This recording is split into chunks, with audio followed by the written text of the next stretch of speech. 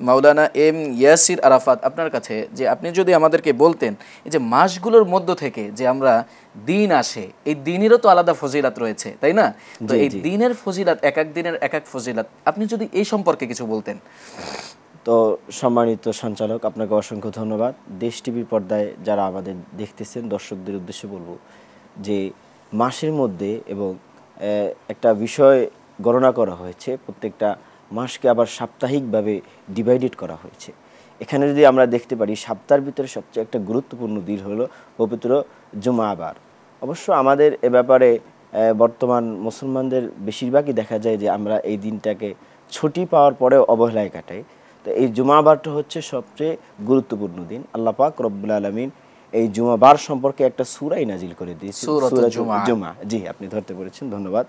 তো এখানে আল্লাহ পাক রব্বুল আলামিন একটা পর্যায়ে বলেছেন, ইয়া আইয়ুহাল্লাযীনা আমানু ইযা নুদিয়া লিস-সালাহ মিন ইয়াউমিল জুমআহ ফাসআউ ইলা যিকরিল্লাহি ওয়া যারুল বাই' যালিকুম খায়রুল লাকুম ইন কুনতুম তা'লামুন।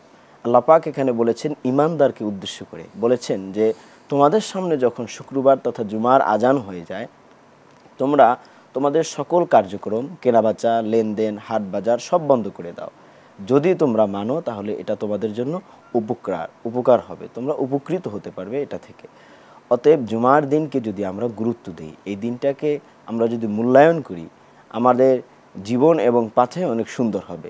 বিশেষ করে জুমার দিনের যেই আমলগুলো রয়েছে, বাদ ফজর, যে একটা সূরাতুল কাহাফের তেলাওয়াত, এটার ভিতরে বিভিন্ন রেওয়ায়াত আছে। ওলামা ইকরাম বলেছেন যে কোনো ব্যক্তি যদি এই জুমার দিনে সূরাতুল কাহাফ তেলাওয়াত করে, হাদিস শরীফের ভিতরে অনেকটা রেওয়ায়াতের ভিতরে এটা আসছে যে বিগত সপ্তাহের জুমা পর্যন্ত তার গুনাহ খাতাগুলো মাফ করে দেওয়া হবে। সুবহানাল্লাহি বিহামদি। তো এটা একটা রেওয়ায়াত। আরও আছে যে ওলামা ইকরাম বলেছেন আল্লাহ পাক রব্বুল আলামিন যদি তার এই তেলাওয়াতকে কবুল করে নেয়, হতে পারে বিগত সময়ের জুমা না, তার জীবনের সমস্ত গুনাহ মাফ হয়ে যেতে পারে। সুবহানাল্লাহি বিহামদি। আমরা কিন্তু দেখেছি যে আল্লাহর হাবিব সাল্লাল্লাহু আলাইহি ওয়াসাল্লাম আমাদেরকে জুমার গুরুত্ব বুঝাতে গিয়ে বৃহস্পতিবার রাতে তিনি আমল করতেন, কিয়ামুল লাইল করতেন, তিনি নামাজ পড়তেন, এটা কিন্তু আমাদেরকে শিক্ষা দিয়েছেন।